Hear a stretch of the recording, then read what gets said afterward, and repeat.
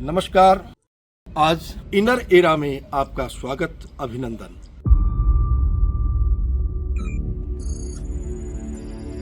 दोस्तों, आज हम कुछ ऐसी चर्चा करना चाहते हैं जो वक्त की जरूरत है। अब कहेंगे वक्त की जरूरत क्या है?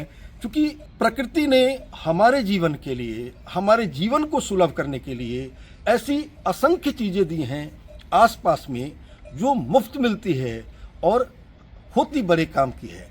ऐसी ही औषधीय गुणों से भरा एक घास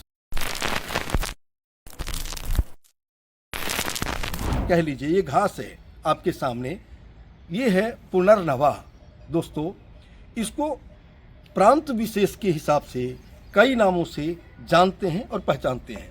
कहीं कहीं पर इसको साठी कहते हैं, कहीं कहीं गदह पुरना कहते हैं, और हमारे गांव में अगर बिहार की बात करेंगे जो हमारे क्षेत्र में है, गद पुरैना कहते हैं। नाम तो इसके कई हैं, लेकिन मुख्य रूप से इसको पुनर्नवा कहते हैं। अब इसका नाम है पुनर्नवा। अगर इसको विश्लेषण किया जाए, पुनर् यानी पुनः, दोबारा, नवा यानी नया।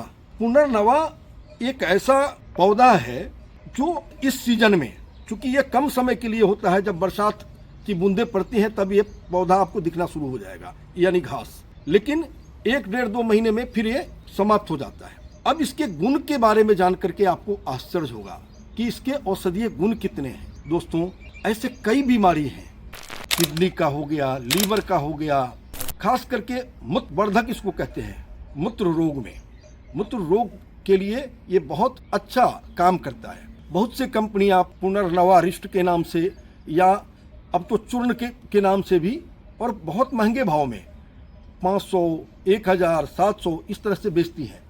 आप देखेंगे तो ये ऊपर से हरा भरा है, इसके पत्ते ऊपर से तो हरा दिखते हैं, और पीछे से देखेंगे तो ये सफ़ेद होता है। इसमें 2 तरह का होता है, लाल प्रकार का है, ये बिल्कुल हरा है, लेकिन ये देखेंगे तो इसके डंठल लाल हैं।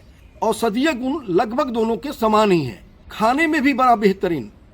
हम लोग इसको भांजी के रूप में खाते हैं। आप खाना, चावल, दाल, रोटी, सब्जी कुछ भी खा रहे हो, थोड़ा सा इसकी भांजी बना करके खाइए, बड़ा खाने में भी मज़ेदार, और कई रोगों के लिए ये रामबाण साबित हो सकता है और होता है।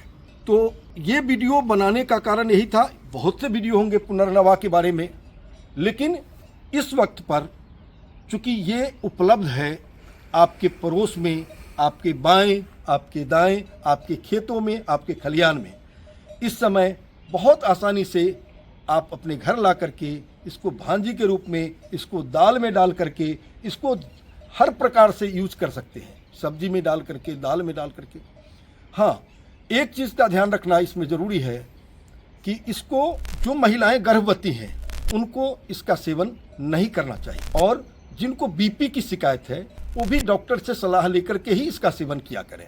एक और बात जो खास है दोस्तों, कहते हैं मर्दाना ताकत बढ़ाने के लिए भी इस पुनर्नवा का प्रयोग आपके लिए लाभदायक होता है। भगवान ने, यानी विधाता ने, हमें वो सब कुछ दिया है, और बहुत सरलता से, केवल आवश्यकता है उन चीजों को जानने की, पहचानने की। दोस्तों, हमारे आसपास चारों तरफ कुछ ऐसी औषधीय गुण वाले पौधे हैं, घास के रूप में हैं, लेकिन वो इतने महत्वपूर्ण हैं कि अगर उनका सेवन कर लिया जाए तो कई रोगों का निदान स्वतः ही हो सकता है, और बहुत ज़्यादा उसकी कीमत भी नहीं है, लेकिन जानकारी का अभाव। चलिए, वीडियो कैसा लगा ज़रूर बताइएगा, और मैं ऐसा ही वीडियो आपके पास लाता रहूँगा। आज के लिए बस यही। नमस्कार, थैंक यू वेरी मच।